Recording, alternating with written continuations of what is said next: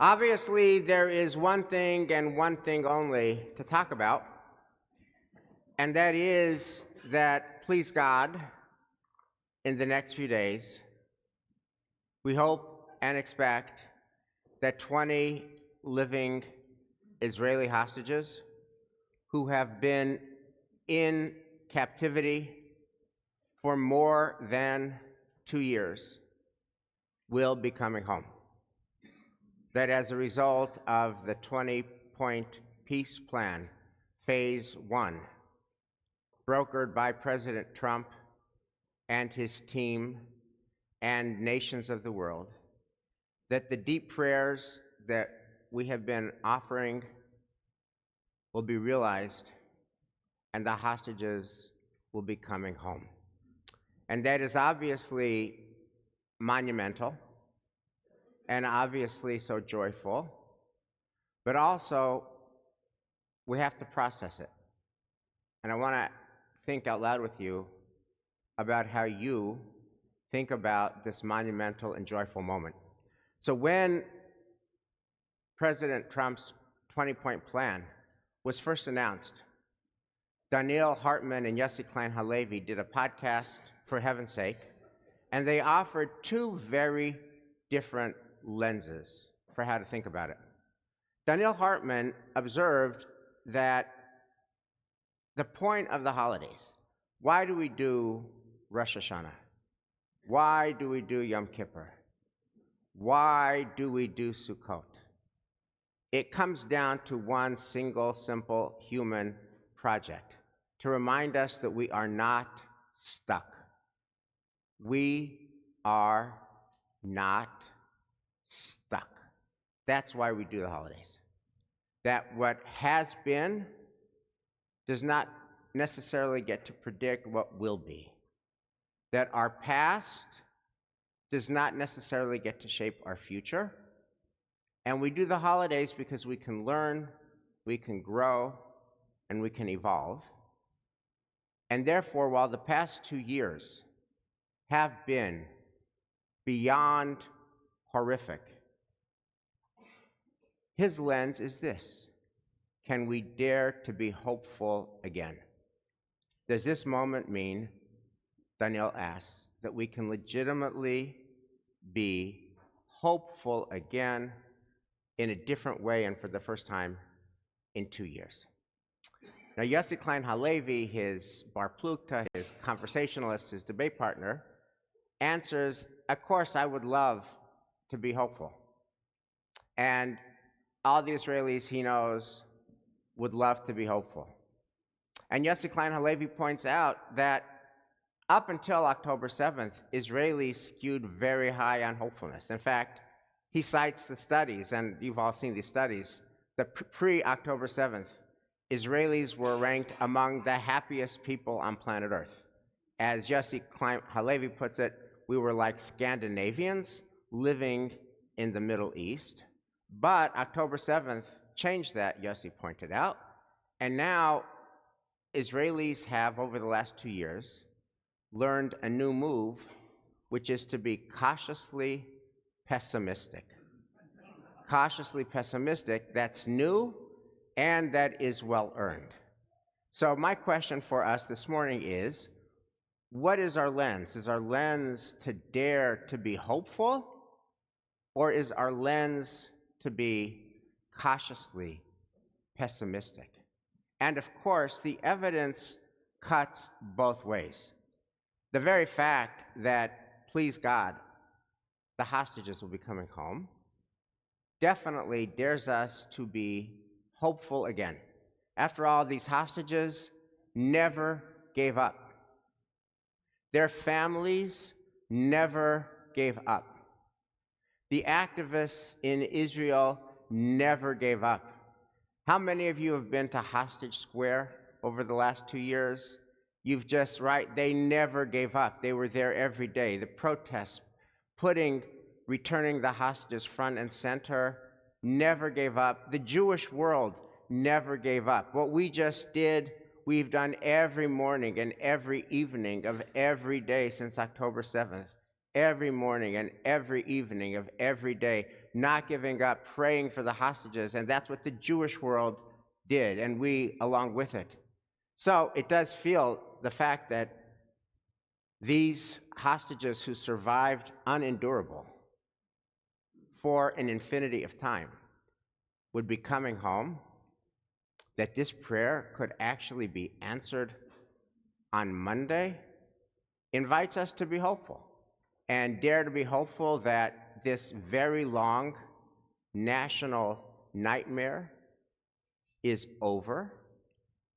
One friend of mine suggested that those of us who put ribbons around our trees, which so many of us did, the shul did in the early days of the war, might actually cut off the ribbons once the hostages return, that a tangible ritual, that this national nightmare might be over. And this is also so crucial. If you listen to any Israeli talking over the last 2 years, one of the common themes that you heard was that it was always still October 7th. It was never October 8th. They could never get past October 7th. They were stuck in October 7th for 2 years plus several more days. And we can dare to be hopeful that October 7th might now actually be over, and Israelis and the whole nation and the Jewish people can begin to heal from this traumatic day. So there is a basis for Daniel's lens. Let's dare to be hopeful. And there is also a basis for Yossi Klein Halevi's lens.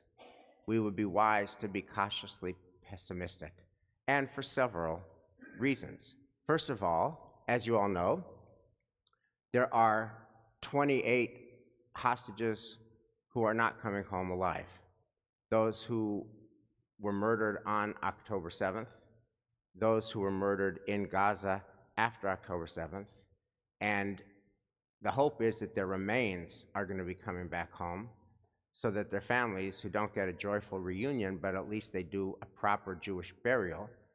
But even those remains are hard to know when we're going to get them, if they can get them, etc. You've all read that. That is a reason to be cautiously pessimistic. Here's another thing. What does it cost Israel to get those 20 living hostages? So we're giving up something like, we've all heard different numbers, but I've heard something like 2,000 Palestinian prisoners, several of whom have real blood on their hands. You all know this, that Yahya Sinwar, the architect of October 7th, had been in an Israeli prison, and he was released as part of the deal that gave Gilad Shalit his freedom, and then years later we got October 7th. And so one of the concerns is, what price will Israelis end up paying from the release of something like 2,000 prisoners, including terrorists, including people who have blood on their hands? That is a real question, and that is a storm cloud in this blue sky. And then there is the third significant cost that causes us to be cautiously pessimistic. Dan Senior had an emergency podcast Wednesday night with Nadav Eyal, who is a leading journalist in Israel and a leading public intellectual in Israel. So what I'm about to offer you is Nadav Eyal's Torah, but it's real and super sobering. Nadav Eyal said on Wednesday's emergency Call Me Back podcast that 466 IDF soldiers have died in battle in Gaza. And then Nadav Eyal did the horrible math. He said on Dan Senior, that means that more than 20 Israeli soldiers died for every hostage that is freed. And that means 466 beautiful lives cut short and 466 families broken by grief. And it is true that the fact that they were fighting to secure the freedom of civilians who were unlawfully kidnapped means Israel's war was moral and just, and the fact that they gave their lives to secure the freedom of these hostages shows that Israel's commitment to protect its citizens is ironclad, and 466 is in the same sentence as 20. It's real, and it just adds a lot of complexity to the picture. So, there's a basis that our lens is to dare to be hopeful. Thank you, Daniel Hartman. There's a basis to be cautiously pessimistic. Thank you, Yossi Klein Halevi. And that's only phase one of the deal. Phase two of the deal, as you all know, a lot of questions abound. What will be with Hamas's weapons? Will they really disarm? What will happen if there's an international peacekeeping group in Gaza and Israel knows that Hamas is rearming and the international force does not stop it? Then what? As Nadav Eyal pointed out, we don't have answers to these very real and important questions. So, I want to come back to this orienting question for you. This is about you and your thinking about this, because we're all thinking about this. What is your personal lens at this historic moment? Are you daring to be hopeful, or are you cautiously pessimistic? So I'll just share with you my own thinking on this, which is the sacred text that speaks most urgently to this moment is a prayer that we say every day. It's at the heart of our morning prayers. It's at the heart of Shachrit.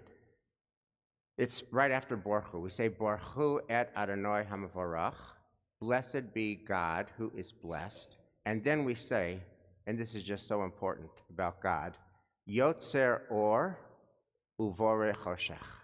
God creates light and God creates darkness, which is to say that every day has light and it has darkness. There is no 24-hour period that doesn't have light and darkness. Every picture has light and darkness. Every day has light and darkness. Every move has light and darkness. Every stage has light and darkness. And our daily prayer liturgy trains us to look at a picture that has light and darkness and to find in the presence of that living contradiction a living God who deserves blessing. So the question is, how do we do that? How do we look at light and darkness and find blessing? And the kind of soul that I want to have is the kind of soul that Danny Gordis's burly Israeli mechanic who works in a Toyota distributorship has. And he wrote about it during the holidays. So Danny tells the story that he and his wife Elisheva had an extra car. And their son, who's in his 30s, who's doing reserve duty, asked if he could borrow the car, because for reservists who tend to be in their 20s and 30s, a car is a problem, because most young Israeli families are one-car families. So if they take the car to get to the base, then their family back home does not have a car. If they leave the car for their family back home, it's a hassle to get to their base. But Danny and Elisheva had an extra car, so the son said, could I borrow the car and my wife will have our car? And the parents were only too happy to say, of course. So he used the car back and forth, and then when he was done, he said, oh, I have a friend who is in reserves, can he use the car? And they said, of course. When that friend was done, the car just passed from reservist to reservist to reservist, and actually Danny and Elisheva didn't even know which reservists, which Israelis were driving it. They just knew that this car was being put to good use. And then one day, Danny got a call from the reservist who happened to be driving it, and we've all been there. The dreaded icon lights up on the dashboard. There's some problem. So this reservist takes the car to the Toyota dealership. And the Toyota dealership calls Danny and says, this car is really run down, is really a jalopy. It's going to be prohibitively expensive to fix it. And Danny says, no, I fix it, do it anyway. It's a mitzvah car, it's a reservist car. And so they said, okay, so he's going to pay. It's not an economically wise decision. It's an emotionally based decision. Fine, fix the car. Then Danny gets a call later, and the shop says, you know what? We have to double the estimate to fix this car. So Danny says, I'm coming in. So Danny comes in to talk to this burly Israeli mechanic, and they end up concluding that it's really crazy to spend 2x to fix this car, and that Danny will sell it for a nominal amount for parts. And then Danny shares with this mechanic that the car had been used by reservists. It was a reservist car. And then this mechanic at the Toyota shop in Jerusalem has a reaction. So these are Danny's words. This giant, burly guy in the black 2-button Toyota shirt sits there, looks at me when he learns about the reservist's car, and his eyes well up with tears. I got up to go, shoved a little bit of paperwork into my bag, and started to walk. Come here, the mechanic said. He came out from behind his desk, and towering above me, he gave me a big, bear hug. Yihiyeh beseder po, he said. Things are going to be okay here. Nekaveh, I said. Let's hope so. He released me from the bear hug, patted me on the shoulder, and still bewildered by my little story about the reservist car, shook his head and said, Shana Tova, you too.